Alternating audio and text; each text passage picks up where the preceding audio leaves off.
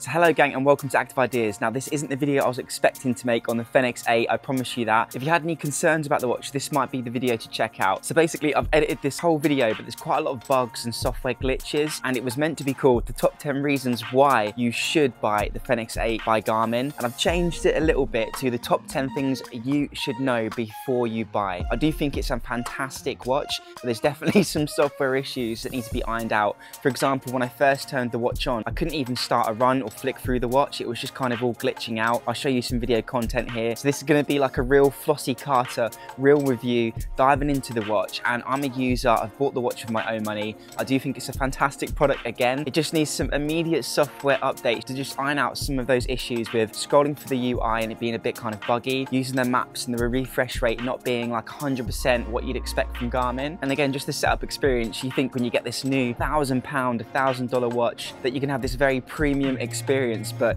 yeah, in my case, I really struggled to get the watch working. It was bugging out, crashing, and even post update. So once you've turned on your watch and you've connected it to Garmin Connect, you'll be prompted to install the update and even post that update. I took my watch out for a 20-mile run with my good friend Erin, and we had a great time, and luckily it lasted the whole activity. But when I went for an ice plunge after, the watch just crashed basically mid-activity. So I was trying to record like plunging in the ocean. So in the end, I recorded the timer on the Coros. But yeah, so hope you enjoy. Please like, comment, and subscribe, and let's dive into it.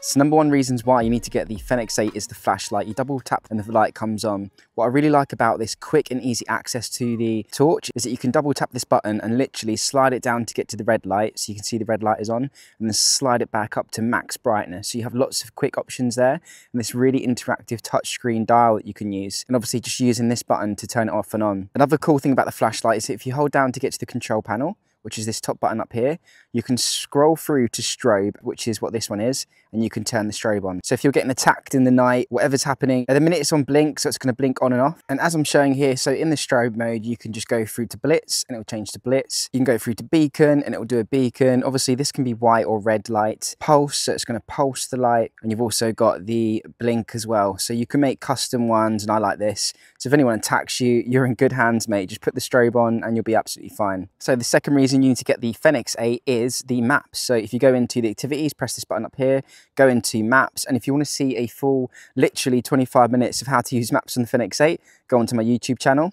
But yeah, I've selected maps here, and this is exactly where I'm stood, just overlooking some trails out into the distance over there. But the great thing about the maps is you can literally select a location, and once you've scrolled to a destination that you like, you'll touch the map, hold down this top button up here, and you can choose where to go. So we want to go to the unpaved road, so it gives you the option, go, and it's going to navigate to that destination. So we'll give it some time to calculate. We'll press go. We're going to head into the activity in a second. Okay, so the activity's begun. It's just calculating our route to that destination, and we can dive in, and it's going to take us down the trail, up the main road, across the estate, and then over to, there's basically a train track here. So I've selected on the right hand side of the train track, so it's taken us around that way to get there. There is a quicker way of getting there, to be honest, but to be fair, that's going to get us there, and it's pretty cool. If I just scroll to the right, we're getting directions to the unpaved road. It's 117 feet, and yeah, you've got all these maps options that we can do. You can change the sport. Maybe you want to walk there or something like that. Maybe you don't fancy the running. You can use the treadmill and navigate. But yeah, it's all a bit weird actually with the change sport option whilst you're in a navigation mode. But hey ho, I'm sure that will get cleared up. I also wanted to say as well, not enough people realise that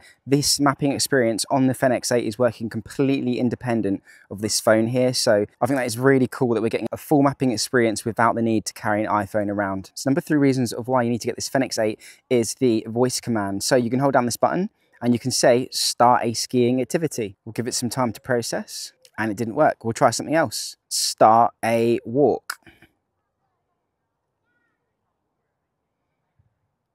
There we go. So it started a walk for us and we're kind of good to go. As other reviewers have shown, this is really good for if you want to quickly access, for example, an activity profile, and rather than scroll through all of these options, we've got loads of activity options. We've got team sports, we've got soccer, we've got baseball, we've got softball.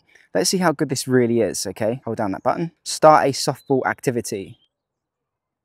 So you can see it's not perfect. I've had this happen quite a lot. There was something else I was getting it to do yesterday, and it just kept on opening up the skiing thing, which is a bit annoying. Start a scuba dive.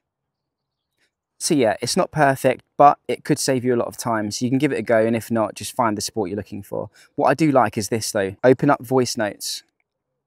and we're going. So I can record a voice note on the watch. And this is, again, completely independent to the phone. So my voice is being recorded into the speaker of the watch, and I can listen to the voice note on the watch. So, again, completely independent to the phone. So my voice is being recorded into the speaker of the watch, and I can listen to the voice note on the watch. See, as you can hear, it's not like the perfect speaker quality is very quiet.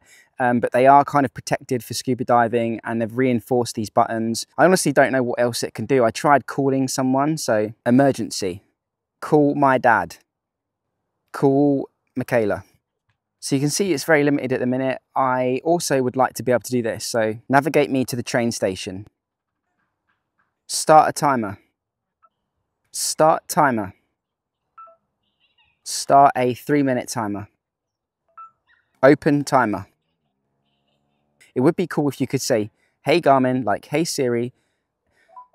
Oh, my timer's done. Let's just stop that. So I like that. And the speaker for the timer is fantastic, actually. So as you can see, the voice control feature is super basic, but I'm sure we will get there soon, and Garmin will slowly improve this feature. For now, you're probably okay waiting with your Epix Gen 2 Pro until more updates come out. And just so you know, you can get Hey Siri on this watch. So here I've set up a shortcut for Hey Siri and Hey Google. Call my dad on the phone. Calling Dad mobile. And there we go, we're calling dad and the phone is going through. And if I go into here, we've got audio, we can select the Fenix 8, we can select Kingsley's MacBook, and we can select the speaker or the phone. So we've got all these options. And that ring is actually coming through the watch, so I can talk through the watch if I want to. So I've just had a notification come through, and number 4 of why you need to get a Garmin Fenix 8 is the multitasking. I think multitasking is fantastic on Garmin. So let's just start a random activity. Let's start a run and we'll press play. So you might be thinking, oh, look, I'm locked into an activity and now I'm trapped here. I can't get out. And with many other companies, that would be the case. But with Garmin, you can go, do you know what? I do want to check back on my timer. You can hold this button down here, which is that bottom button, and you can go down to your timer. You can go through to your voice commands. You can go through to your voice notes, to your music, check out the sunrise and sunset. The sun's going to set pretty quickly. Pretty much anything really. Or go into your, look at the map, go onto your phone and phone someone. And again, all this time, my profile for the run is being recorded, which is really cool. So if I can swipe back and swipe back again, I'm still being recorded for my run. So I think the multitasking is absolutely excellent. It also works out quite nice. Let's say you're in the map, which I am now, and you can see the map has switched to this dark mode because it is getting really dark now. But if I swipe through, obviously I've added the compass, but I haven't added the barometer to my data screens. I've literally just got the timers, the maps, the compass, and that's it. See, I'm still in activity. I hold down this button, I can scroll into the watch face and go and access all of my widgets. So right now, the activity is still being recorded. I can look at my ABC. So I did say that I want to look at my barometer, so I can swipe through to my barometer. And again, this whole time, the sport profile is being recorded, so I'm not losing any of my running data. If I swipe back into the activity, I'm now on 2 minutes 30. It's recording my heart rate, and I've still got the maps and everything open. So the multitasking is absolutely excellent on Garmin. And to be honest, you get the real smartwatch feeling with this watch because you feel like you can record anything you like, but still treat it as a watch where you're sending messages, replying to notifications. You've seen a few come through already. And yeah, looking at the barometer to see if maybe we shouldn't hike up the mountain because it's about to storm. You can do all of that information literally just from the data screen. So multitasking is fantastic. So number 5 reasons to get the Garmin Fenix 8 is the data. So when I talk about data and how awesome it is on the Garmin Fenix 8, already on this watch face, you can see up here, I've got my body battery. I'm absolutely knackered. I did a 20-mile run with Erin yesterday. I've got my stress levels 44 because I haven't uploaded another Garmin Fenix 8 video yet, and I'm falling behind all the big YouTubers. I've done 950 steps today, so I've been absolutely lazy. I've got the time, I've got the calories I've burnt, 1,700, and I've also got my heart rate down here as well. And all of this information here I can hold down and go into. So if I hold down the button up here, it's going to take me into my body battery. And if I swipe out and come back to the watch face, if I hold down the stress, it'll take me to stress. If I hold down the calories, what is my calorie expenditure today? Sorry, I'm trying to do this. We've got the calories there, and you can scroll through and go, oh, look, I've burnt a total of 1,700 calories. Maybe I shouldn't have that piece of cake. But yesterday, how many did I burn? 2,500 calories because I did a 20-mile run. So yeah, it's just all accessible, the data from the watch face. And if you need any more, swipe down into your widgets. You can see the weather and you can see everything that you want to see. It's 8 p.m, the sun is setting. We can see the UV index, the air quality. Well, we can't because it doesn't work at the minute. We've got the dew point and humidity, stuff like that. We can also look at the rain. So we can see the little rain cloud there, which is the overlay on the map. If we press play, it's going to show the time up here. So this is the time throughout the day. And I believe you can speed that up, but you can also see, look, there's the rain coming in. Look at it. Oh my Lord, I'm going to get soaked if I stand here any longer. See, I mean, this is a watch and it's just absolutely wild. It's showing me like a forecast that you'd go onto professional TV to look at. We've got the sunrise and sunset, but when I talk about data, I really care about the health data. So I really enjoy the body battery, as I spoke about before. The sleep score, I got 4 hours and 50 minutes last night, and look how much data you can dive into. I'm not going to bore you guys. We've got the sleep coach that's telling me to get 9 hours tonight. We've got how many naps I've had today, the heart rate data. And again, with data, you've got this accessible touchscreen where you can swipe through and go, all right, 6:30 today, I had a heart rate of 62. What else have we got in health? We've got the heart rate variability. So it shows you that. Last night was 83. You can click on that and it will show you what it's looked like for the week. So my heart rate variability is dropping because I'm stressed and fatigued from training. And soon it's going to plot a graph and tell me if I'm deviating from my baseline. We've got the steps in the health and the pulse oxygen. So it's going to work out how much blood oxygen. And because you've got the new Elevate 5 sensor, you should be getting more accurate readings from this now. It says keep still. See, that's everything in the health app, but you've got the training stuff as well. So let's look at some of the training data. We're a bit bored of the boring stuff. The endurance score, look at that. I'm well trained. Look at that. Your VO2max is excellent. Thank you, Garmin. You can still improve your endurance by increasing the duration distance of aerobic workouts. So like that, it's not just giving you some information, it's also guiding you on how to improve. My top contributors are running, cycling, and hiking, I think it is. I'm not too sure. And I like that you've got this visual representation as well of the graph and where you are, and you can see as you improve how well that goes. We've also got the hill score. So for you guys looking to do the UTMB and looking to do the Western States or anything crazy, you can see my hill score is 56. I'm assuming that's out of 100, and that's based on my 4-week elevation gain of 3,383. Scrolling through, you can see the hill endurance. You can see my hill strength, which again, I'm not terrible, I'm not great, moderate. And you can see my VO2max. So yeah, I'm at 55 and my lactate threshold is 183 beats per minute. And you can see over time, my 5K prediction is getting better and better. It's 19 minutes and 18 seconds. 10K is 41:38. Half marathon is 1 hour 33. And marathon is 3 hours and 28. So you're getting all these in-depth kind of calculations that the watch is telling you, bigging you up for your big race day. I think that's sick. Recovery is an important one. Obviously, Garmin will famously tell you to take about a week off if you go for a walk. I've got 9 hours, which considering I did a 20-mile run yesterday, and it's telling me I'm almost fully recovered. I think Garmin has improved this feature. It's a bit more realistic now. And I like that, again, on the widget, you're getting this graph, so you can see like 9 hours of recovery. You've got respiration rate. You can see how much you're breathing or hyperventilating if you're anxious. Stress was massive, actually. For anyone who deals with like anxiety or anything like that, just checking in with the stress from your Garmin can be a real good look into your physiological makeup. And I used this a lot when I was working at Go8, just to see when I needed to take a break and just chill out a little bit. Because sometimes you're not like fully in touch with your emotions. Check the stress. Yep, I am. It's not just in my head. I am stressed. I need to chill out a little bit and have a break. I also like the temperature data, just checking the ice pool temperature, the sauna, and the water if you go for a swim. You've got the tides here.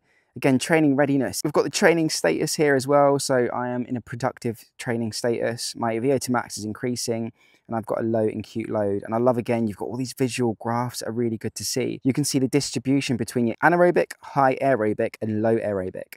And you can see that I'm hitting all of my kind of graphs here in terms of my training intensity. So that's really good.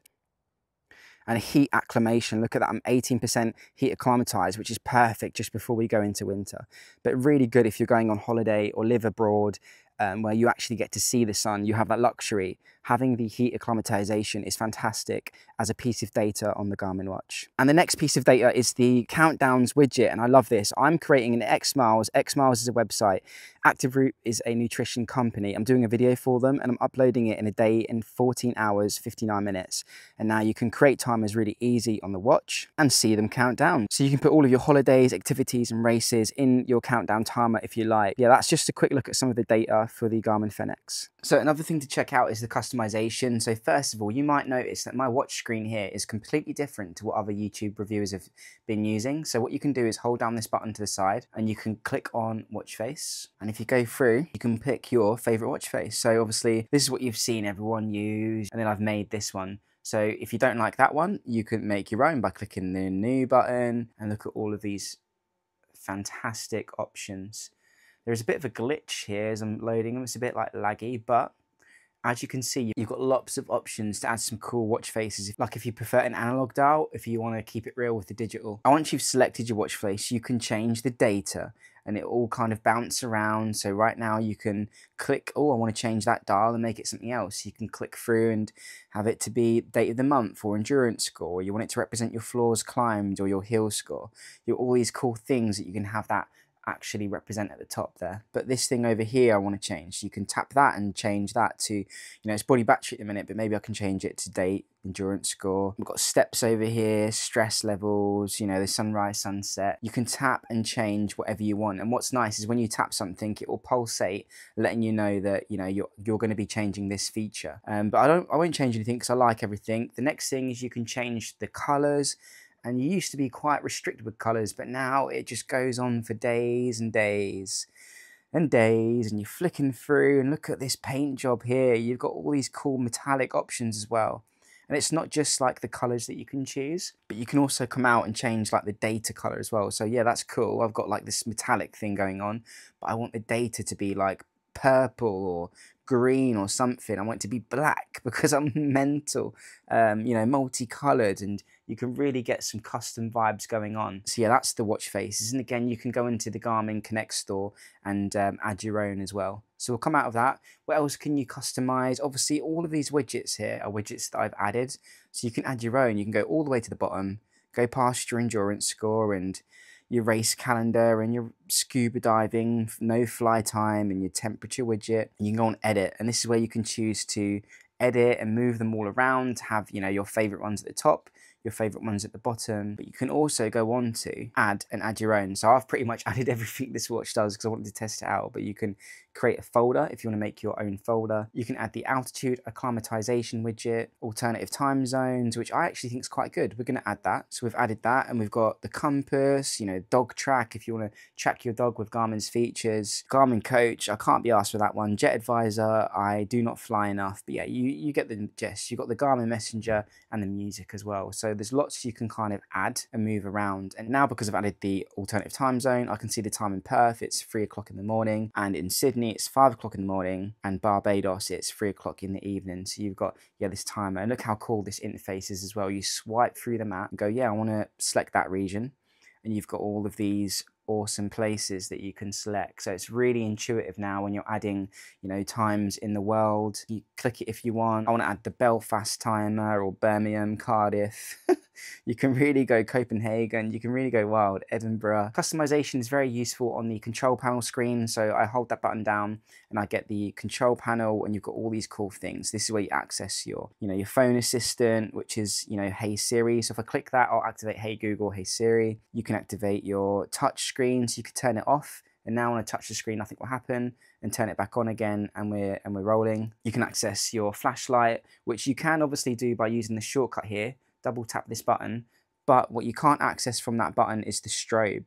So now I've added the strobe to my control panel, so now I can put it on strobe and get it, you know, going absolutely mental.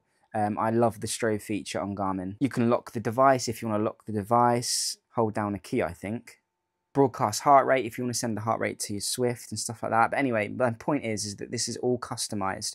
You hold down the middle button here, and you can add and remove and reorder your controls. So let's see what else I could have added. You could have added your ABC to the control panel to quickly access that. You could have added your aeroplane mode if you worry about EMF radiation, and all of these things here. Assistance, if you want a quick and easy way to call for assistance with your emergency contacts, you can add that. You can add auto dives, select auto dive, go off diving in the ocean, and it will activate the dive mode. So yeah, or quick way to get to Garmin share. So yeah, that's just a little touch of the customization and how much you can really go wild with this watch. And just to finish off this section as well, if you go into watch settings, it just gets even wilder. So you've got, you know, notifications that you can change.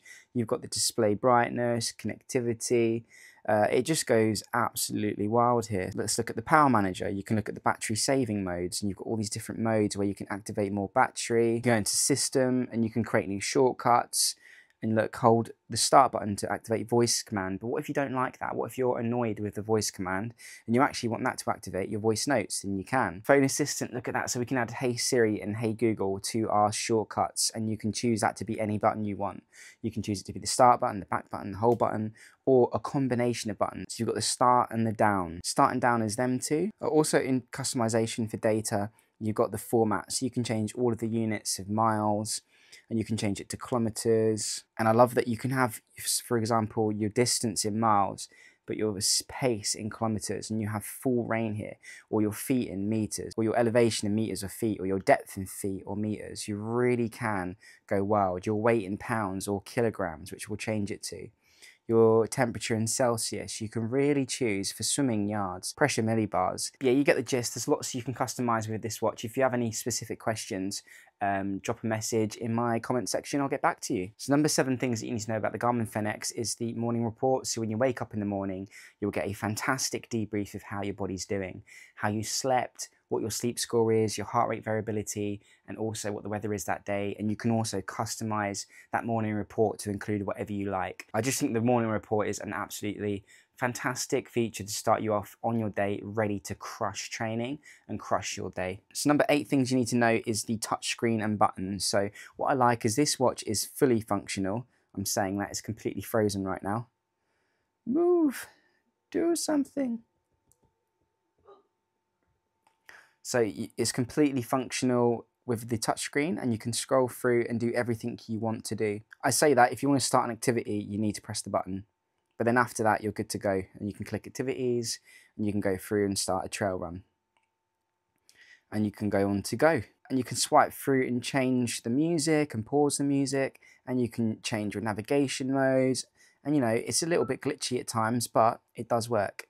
You can navigate to your places, and let's say you're running and you're in your activity and it starts raining and the screen is going absolutely wild. You can hold down your button and just turn touchscreen off. Look how quick that was. And now when I'm in my activity, nothing's going to happen, and I can just use the buttons to swipe through my data screens. So I'll turn it back on and you can see how quick that is, turn back on, and now I'm back to using the touchscreen. And again, whilst we're in the activity, you can hold that button down and just swipe into your watch face. We'll give it a second to load. And yeah, we're swiping through our activities and seeing all kinds of cool stuff. And when you're done faffing around whilst you're in activity, you can just swipe back into the activity. So yeah, the touchscreen and buttons are absolutely fantastic. The button quality as well, let me just say, it has this nice vibrational feature to it. It reminds me a lot of what Apple would do. So when you press the buttons in, you're going to get this real nice tactile feedback when you press these buttons in, and it vibrates. So even if the buttons were bad, you wouldn't be able to tell, because the vibration of this Garmin is so good when it flicks through the menus. Fair play to their tactile engine. They've really gone Apple-esque on this, very similar to how good the Apple Watch's vibration system is. And you can imagine that has further implications for when you start a run, you hit your mile marker, or you set an alarm and it's vibrating like crazy. Having a good vibrator is great when you're in bed and trying to wake up in the morning. And just to add as well, you haven't got a crazy scroll wheel on the side, which I think is actually nice, because you don't have to worry about accidental touches. You're not going to have any accidental touches on this Garmin Fenix 8 at all. It's going to be nice and easy. So number 9 things you need to know about the Garmin Fenix 8 is the heart rate sensor, and it is absolutely fantastic. Let's put it a bit closer to the camera and look at that gleaming and shining heart rate sensor, which is a bit dusty, but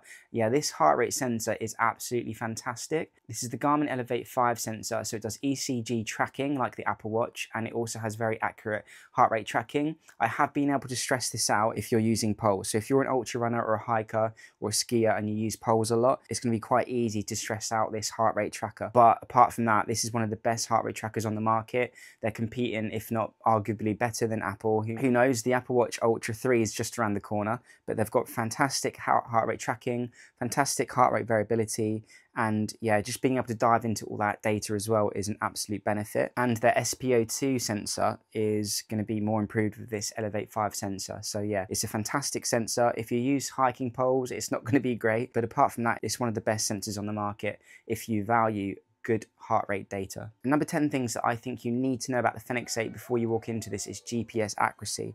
And the reason is because I thought that the Garmin Fenix 7 had terrible GPS accuracy. And actually I had to rely on the Coros Vertix in the spine race to stay alive, because my Garmin Fenix 7 Pro, the battery was dying, the GPS was jumping all over the place, whereas this Coros Vertix 2, this is the 2S, but I was using the 2 at the time, they're very similar watches. This Vertix 2 was fantastic, it never lost signal in the spine race, and during that 268-mile course, the Fenix 7 lost signal, I don't know how many times, 6-7 times, where it just completely went crazy and lost signal. Now, why I'm saying that here is I'm going to test how good the GPS accuracy is on this Fenix 8. I'll let you know if they've improved it. Hopefully they have, and I think if they have, then that's an absolute deal breaker for me, and it'll mean that I'll start using this Fenix 8 as my daily driver.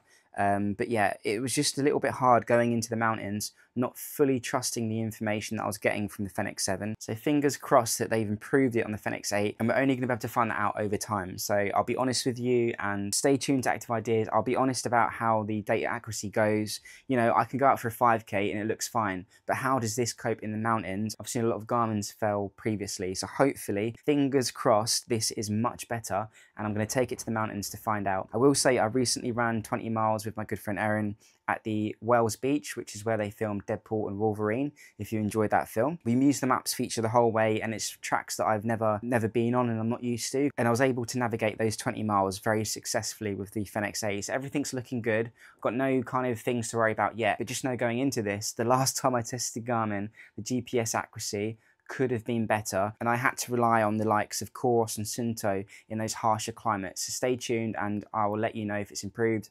I'm sure it has. So let's pause this and call that a wrap. Thank you for watching this video, and yeah, deep diving into some of the features. This isn't a review, the review is coming. If you have any questions about this Fenix 8, please leave them in the comments below, and let's move on. So thank you for watching this video on the top 10 things that you need to know about the Garmin Fenix 8 before you buy. I do think it's a fantastic product. I love the LED flashlight, you know, the offline mapping features that you have. No other sports watch companies are giving you that variety of offline mapping features. There's definitely some bugs to iron out and some refresh issues and things like that, but I think along with those software updates, obviously this is a whole new UI for the Fenix range, and to be honest, I was listening to the Fitfile podcast with DCrainmaker and DesFit, and I'm glad they said, because I felt it, and I'm filming it in my review thinking this just feels really rushed, the software. I don't want to say rushed, but I would say like they skidded the airplane down onto the runway, and maybe not everyone's seatbelts are fastened. And to be fair to Rain Des, they called Garmin out and said it does feel a bit rushed, so I'm glad it's not just me feeling that. The watch is fantastic, it's going to be real good fun to use. There's a bit of software that needs ironing out, I'm sure Garmin will get straight on it, and yeah, stay tuned for my full review coming soon. I'm a one-man band here, a small channel. The filming, the editing, and even sourcing these products, for example the Enduro 3, I might have to wait until the 18th to get my hands on it. To give some love and support to the channel, and peace out. Dreams are a step away, and remember, show compassion, show esteem, have fun out there. Peace out.